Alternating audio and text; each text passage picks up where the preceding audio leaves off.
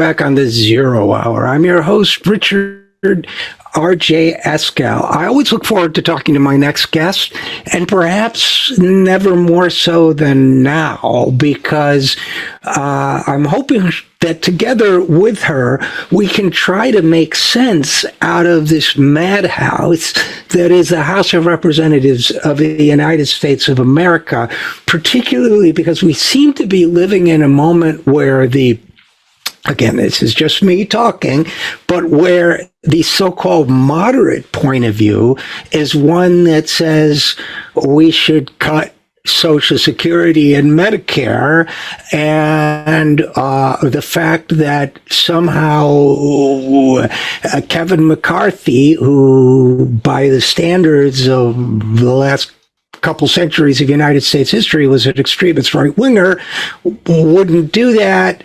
I don't know. I can't make sense of any of it. So again, Nancy Altman is my guest. I always look forward to speaking with her. She is the president of Social Security Works. She has been involved in social insurance issues for many years, written a number of books, including Social Security Works for Everyone, and The Zombie Lies About Social Security. So I look forward, first of all, to saying hello. Nancy Altman, welcome back to the Zero Hour.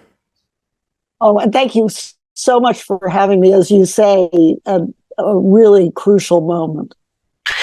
And, I believe the political science term for what I am is verklempt. I'm just, utterly,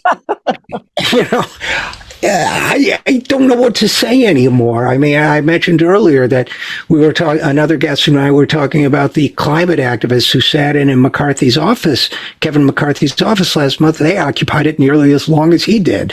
And, he's gone because he put this sort of ejector seat agreement into his speakership where any Republican Party member could call for a vote to oust him. They called for the vote. He was ousted. But it seems to me that, I'm trying to figure out where the real life needs of human beings come in, because these intra-Republican Party conflicts seem so far removed from whether it's the lives of people who work for the federal government or lives for people on Social Security or Medicare. I just usually I have a pretty good sort of fix on where we are with my little compass and, and all that stuff. Now, I honestly don't know what this House of Representatives is all about. Can you help me out at all? Well, it's just ironic that this party that bills itself as the party of personal responsibility is pointing to the Democrats as the cause of this problem. The whole thing would be comical. I mean, I saw a Stephen Colbert routine where they did a mock-up of a Jaws where the shark was bringing the swimmer down, and and the narrator was saying it's the Democrats' fault. It would be. There's a lot of comedy in it, and it would be funny if it weren't the human cost. I mentioned, I was just thinking about it. I just returned from a conference speaking to federal civil servants who are really hardworking, dedicated, and they were up to this cost Social Security so much money to even start to close down in anticipation, because it was really 11th hour that it stayed open, and there were literally people at their desks on the Friday when it looked like the government was going to close down, who were crying at their desks and trying to figure out which creditors to call and which bills to pay in what order, and how they were going to have to come to work and pay for childcare, but they were not getting any money in. It's really, for all of Kevin McCarthy's faults, and there are many, it was very good that he went with that continuing resolution, even though he didn't consult with the Democrats. It sounded like he just dropped it on them, but he made it so that it was acceptable to them. I think they mainly did it because for the first time, I think in the history of shutdowns, the military was not going to get paid. But the problem is that we're going to face this again, as all of these civil servants are facing the holidays. It's going to happen right before Thanksgiving. And given the disarray in the House, where they can't bring anything up, they can't until they figure out who the speaker is. It's as if the House had disappeared. So it's going to be very hard to keep the government open after the 45 days. So there's so much to unpack, I think, on this. Yeah, I really agree, and so much about it baffles me, kind of from a tactical perspective, among other things. But my first thought was 45 days. Very last minute, as you said, literally Saturday, right? People were expecting they wouldn't be going into work on Monday, including members of my own family who, so their childcare issues and bills to pay, and a million things. But only 45 days, not to mention the fact that people are relying on these government workers, people to get their checks, to get their applications, whether it's a Social Security, Medicare, or anything else. Medicaid, I get them on Medicaid as state, but get these vital things taken care of.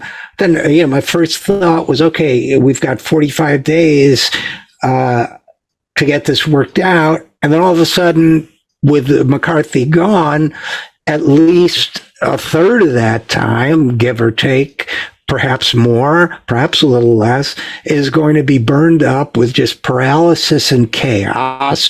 And I also, just as a kind of matter of curiosity, had to wonder, why he didn't, before dropping this continuing resolution, which was essentially what Democrats were asking him to do, why at the same, as I understand it, why at the same time he was attacking the Democrats and making them angry, and rather than reaching out, it would have been practical, if nothing. I know he's been very right-wing. I know he's been very antagonistic towards Democrats, unnecessarily so, I would say, even given his position, but to reach out to Democratic leadership and say, hey, I'm going to do this thing.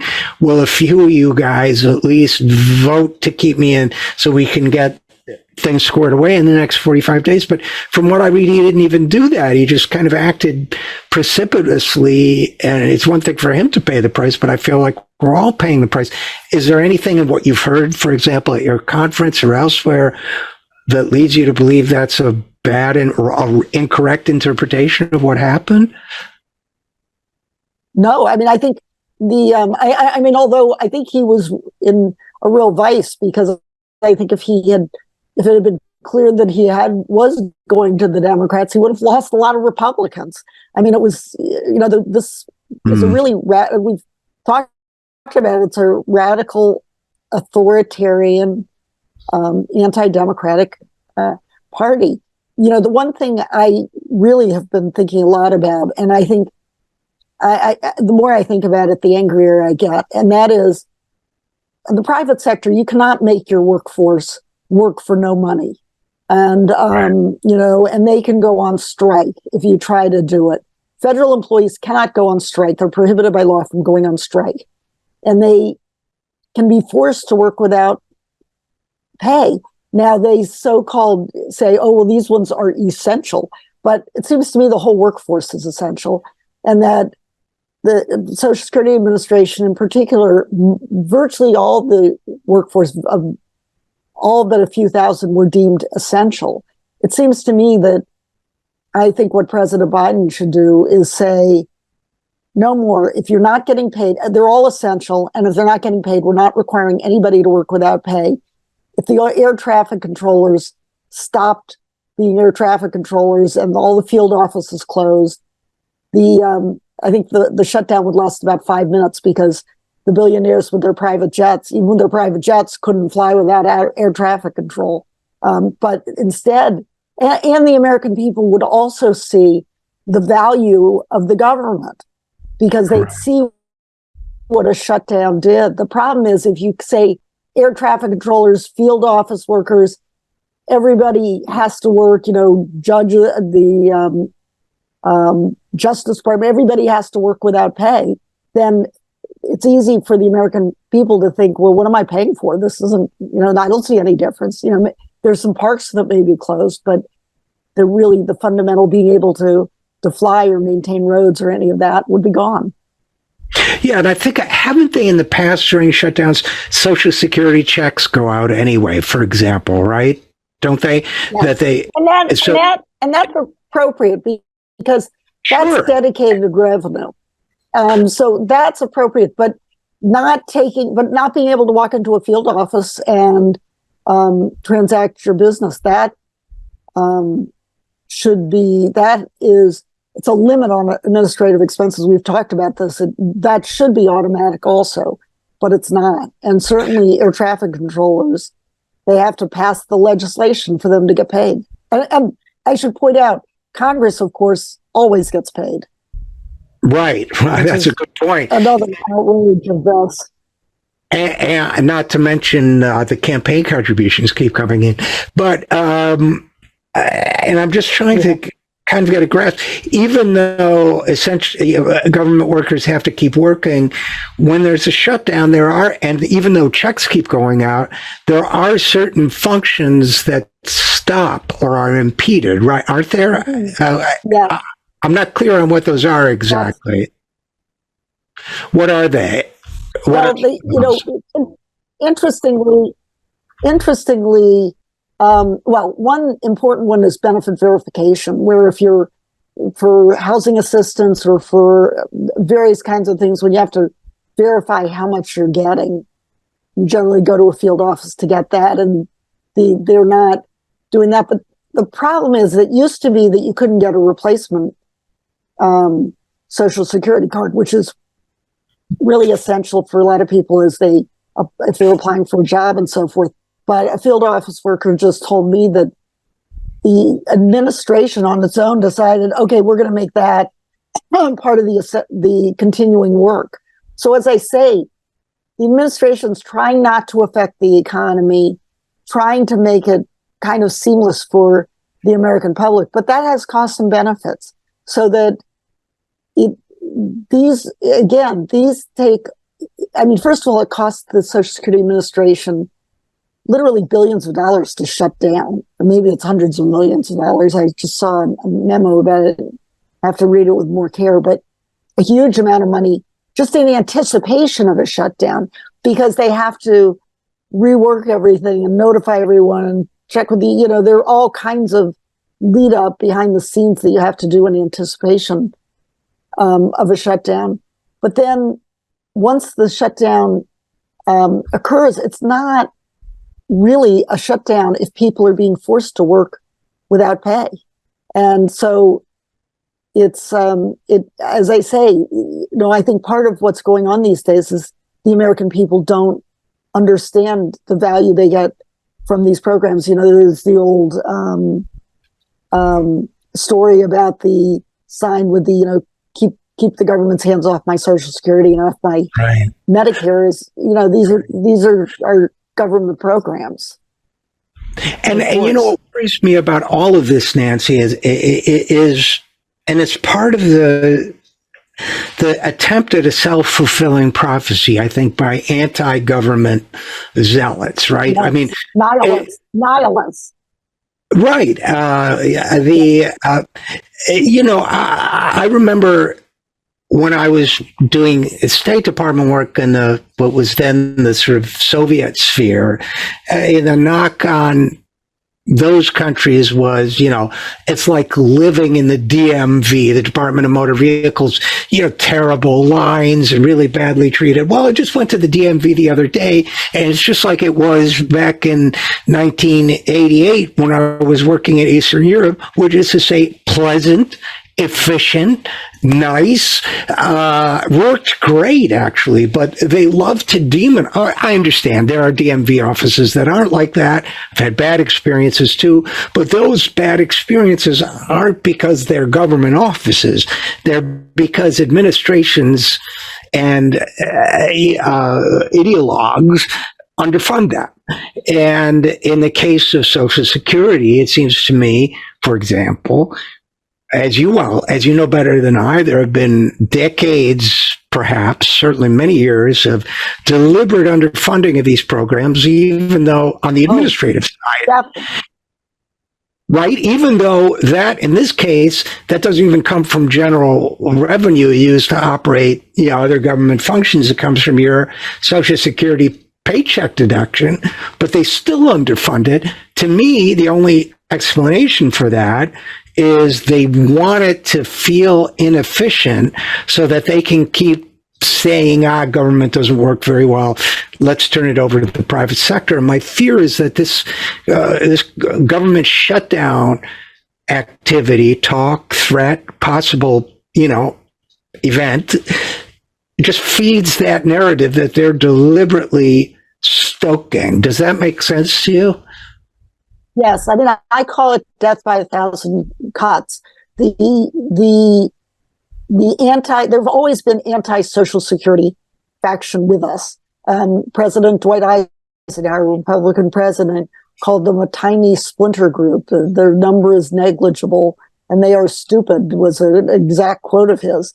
And the problem is that they tend to be the very wealthy, and they have a lot of access and power. And they've tried for decades to undermine Social Security. They can't get benefits cut because anyone who voted for that would be voted out of office, which is part of the reason they're also trying to push for a commission to avoid political accountability. But what they are trying to do is, number one, say it's unaffordable. And of course, that's wrong. And they're also trying to say, but as you say, starve the agency. The agency has the lowest workforce that it's had in 25 years. Its budget in the last decade has been cut by 17% at a time, or it's 10%, I think, at a time when it's that the beneficiary pool has grown like by enormous amount. You've got 10,000 baby boomers reaching age 65 every day. So the work is going up. The agency has been starved of funding. A lot of that funding is directed towards trying to, what they call continuing disability reviews, trying to, what the conservatives would say, we're just trying to root out fraud, even though there's virtually no fraud in the program. But what it does mean is that it makes it very stressful to be receiving benefits, very stressful to go through the process to achieve, and very difficult to get benefits. And you're right. It's a way, I mean, when I heard that Steve Bannon had a war room that was part of the structure of the vote on Kevin McCarthy, I think that says it all. This is, President Reagan talked about government is the problem. That's never been true. And it's certainly not true with Social Security. Government is the solution. But it's a self-fulfilling prophecy. If you elect people who want to prove government doesn't work and they're in charge of government, they will do what it takes to make sure government doesn't work. And of course, lives are at stake. So that's like making somebody a bus driver who wants to prove that buses don't work. You're putting your life in your hands. Yes. And so let's... the brakes don't work. The brakes don't work. Right. Let me show you. So let's sort of game this out a little bit as daunting as that prospect is. So here we are with give or take 40 days to go to shut down. You have these, to me, I can't say extreme wing of the Republican Party anymore because the whole party is extreme. So I guess most extreme wing of the Republican Party, Matt Gaetz, who is close to Steve Bannon, now that among others, confers closely with him.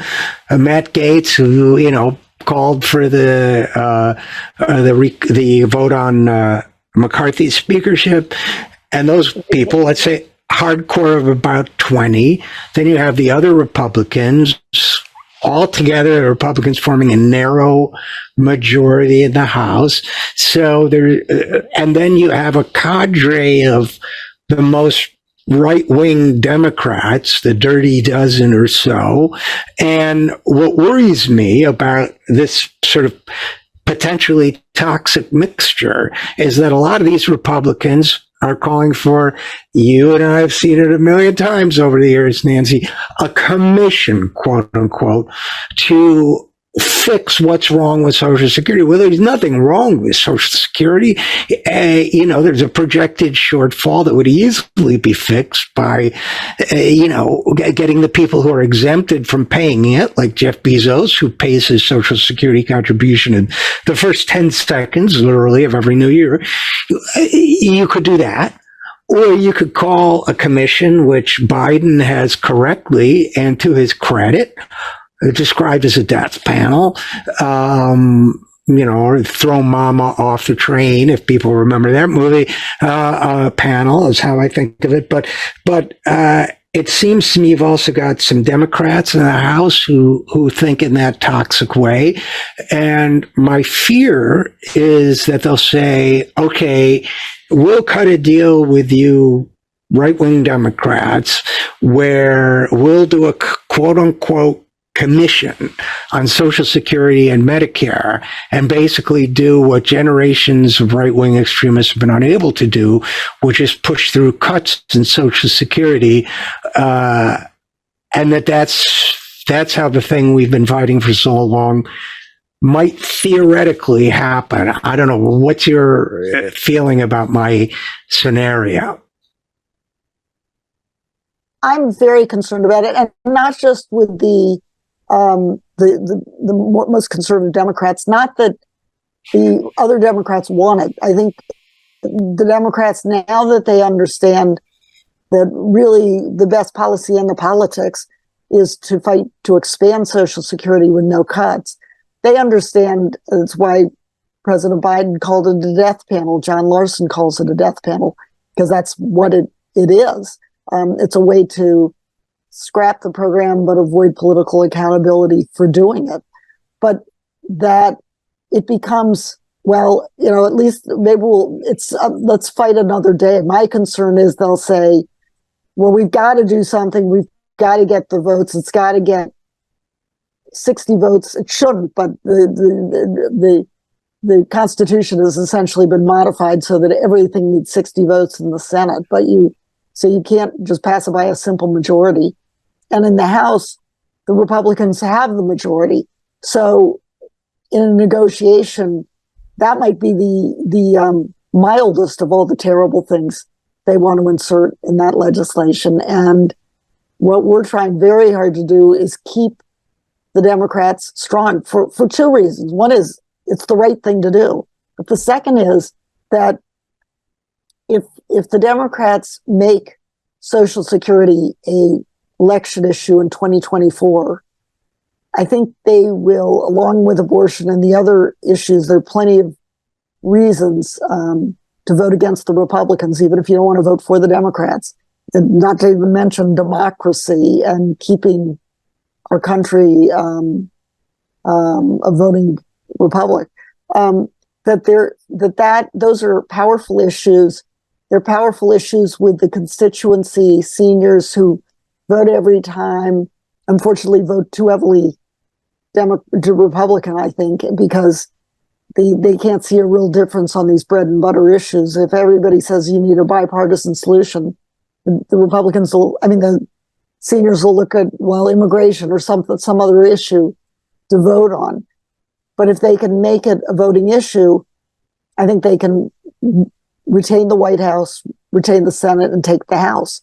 And then we could make real progress on expanding Social Security. The problem is that they set up a commission along with all the other problems, including diversion of lots of energy and attention, and the fear that they will come up with something that will get fast-tracked and be forced to a vote with no amendment in Congress, which is what fast-tracking means. The other thing is every Republican gets the pass. They now say, we love Social Security. This way they can say, we're waiting for the commission. We're not going to say what we're for until we don't like any tax increases, but we're not telling you we're for benefit cuts. We're going to see what the commission comes out with. And that is just giving away, once again, a winning issue that the Democrats have. And to me, I have two fears about that, Nancy. One is that the media, right? Because the media is once again, I think, being Yes, mainstream media terrible on this issue. I mean, they basically hand wave yes, away. They say, well, we've got to do something about this funding crisis, quote unquote. So they've already exaggerated the situation. And since the Republicans won't raise taxes, and then they go on to say, well, here are your alternatives: raise the age, qualification age, or cut in another way. But they've hand waved away the whole, but the Republicans won't raise taxes, and left out the phrase on billionaires and millionaires. yes. So that's problem number one for me. And problem number two is, look, I've been critical of Biden a lot over the years. I give him a lot of credit. I mean, this was a guy who was, in my view, old school, centrist, Democrat, very, as Obama's vice president, very big on supporting the Simpson-Bowles Commission, and Bruce Reed, close to Biden, was, chief of staff, I think, for that. He's really, whether he's read the tea leaves, whatever, he's come around. He used that death panel language.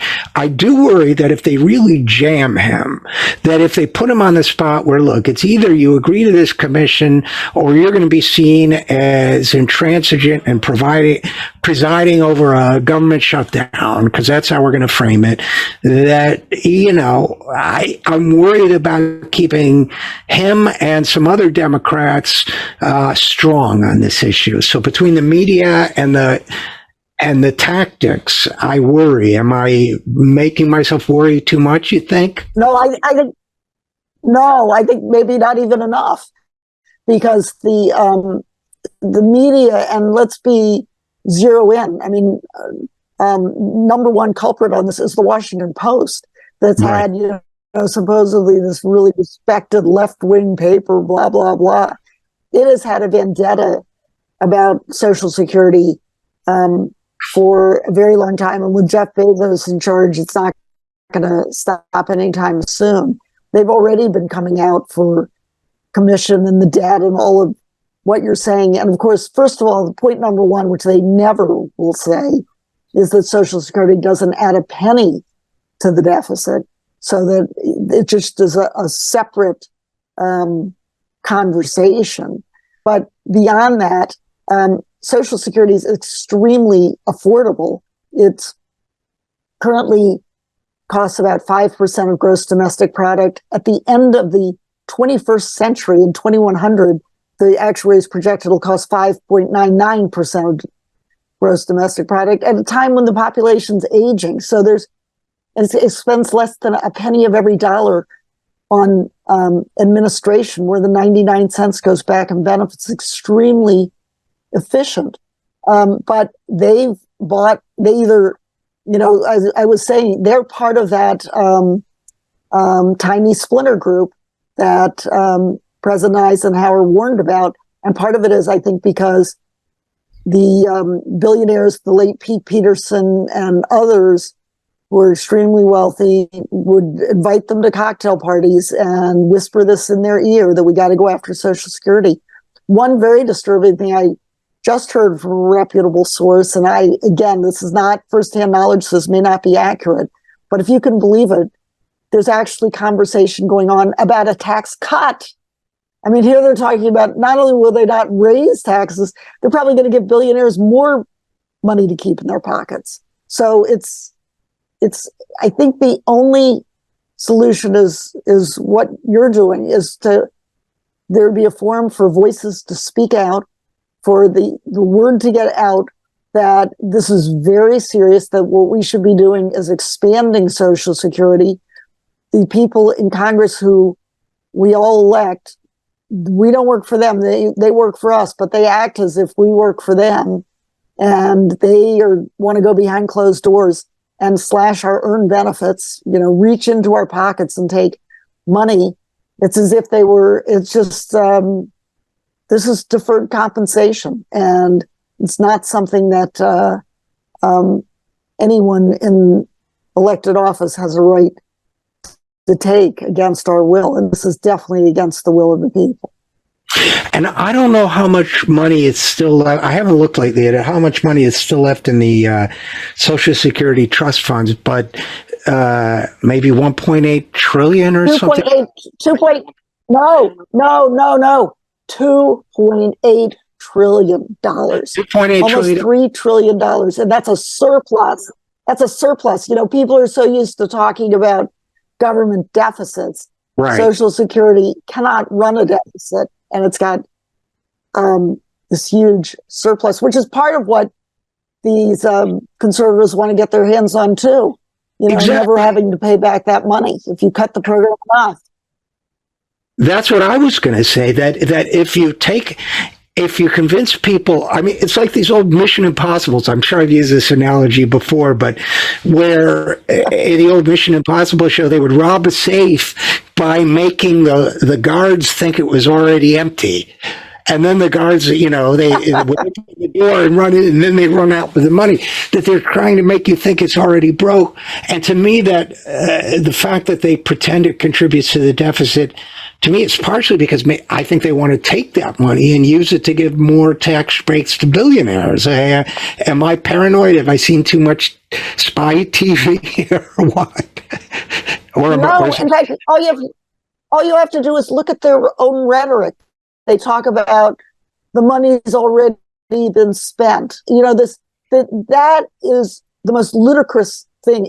These are sophisticated people. When a corporation issues a bond, when the state government issues a bond, when the federal government issues a bond, it's doing it because it has a spending need and it wants to spend the money. So of course it's going to spend the money. That doesn't mean that you can't then, it's not supposed to be repaid with interest. In fact, when you put your money in the bank and it in your checking account, it doesn't just sit there in dollar bills. They take it and they loan it out.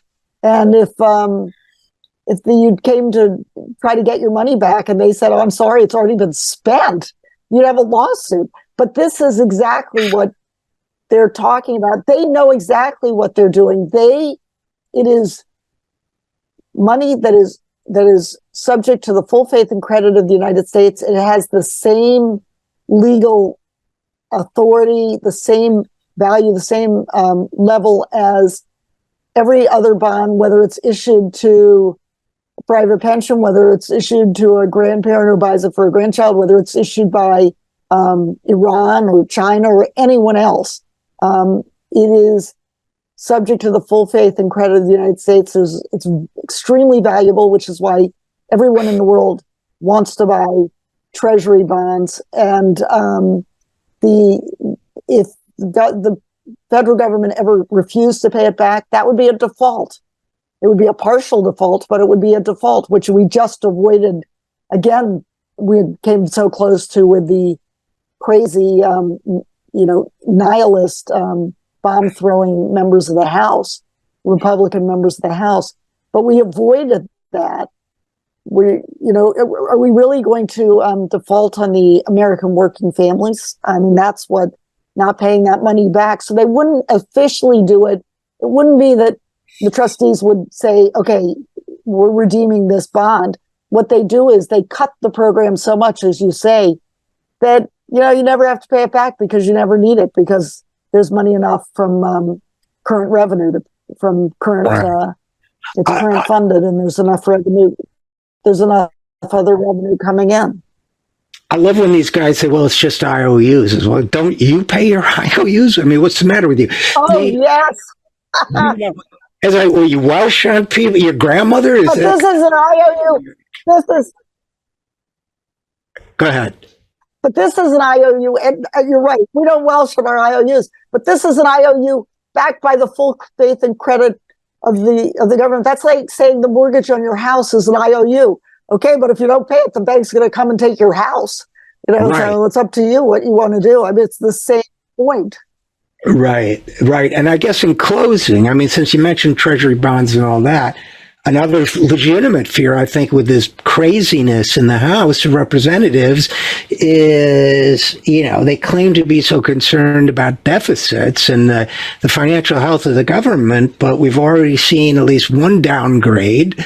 And I have my own feelings about the so-called credit agencies, but they're not doing much for the trustworthiness of the United States federal government with this nonsense. And if they prove to be, if they force a situation where the U.S. government can't honor its commitments in other ways as well, it seems to me, and borrowing rates go up, that's going to do a lot more damage to the deficit, since Social Security can't harm it, but that can. It seems to me they're shooting the rest of us in the foot. Am I paranoid? Let me actually go. No, you're not. But let me bring it back to really where we started, and that is, I don't want to lose sight of the human cost of what we're talking about.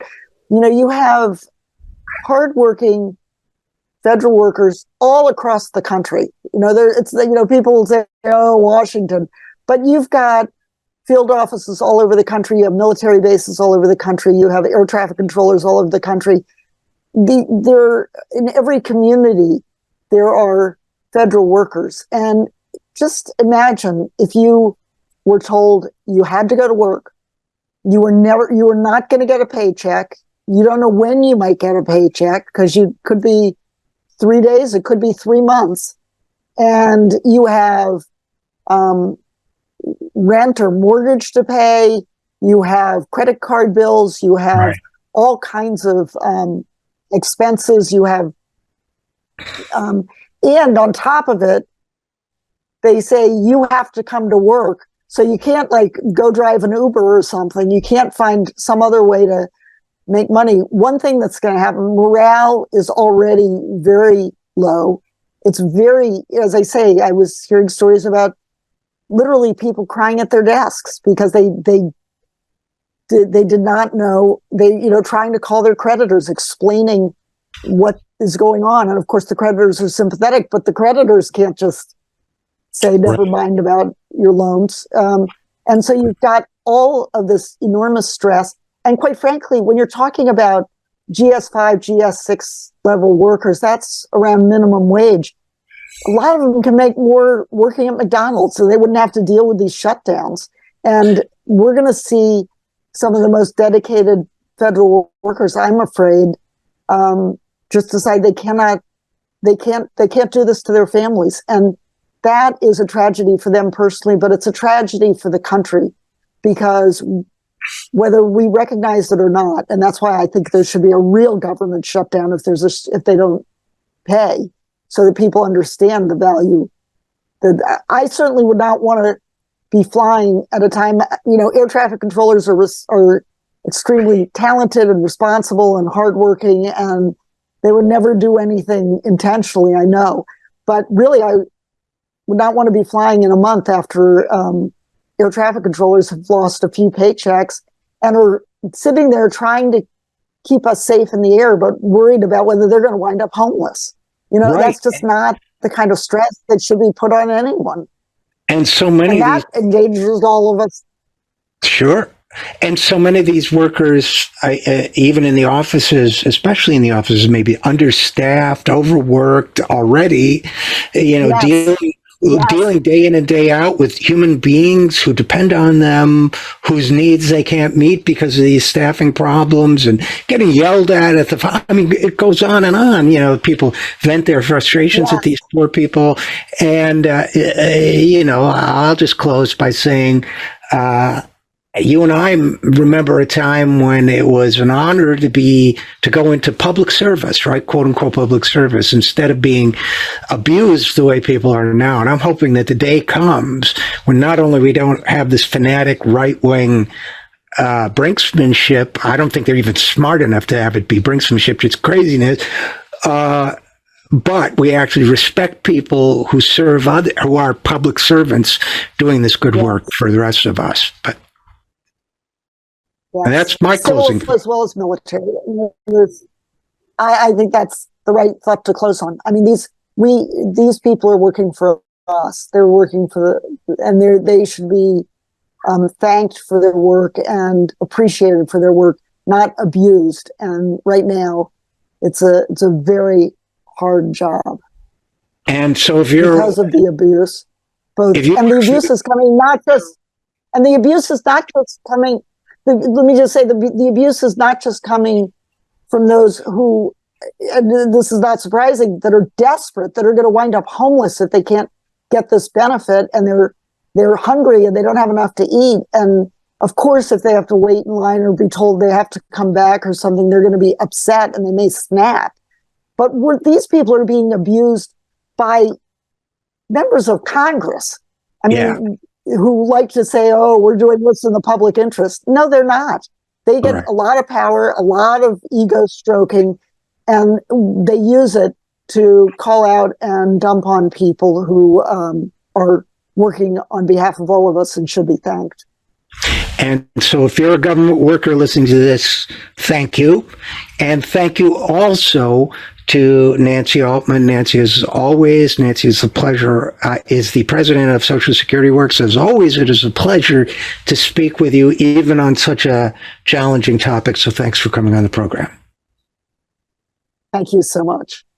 And we'll be right back after this. I'm Richard RJ Eskow, and this is the Zero Hour.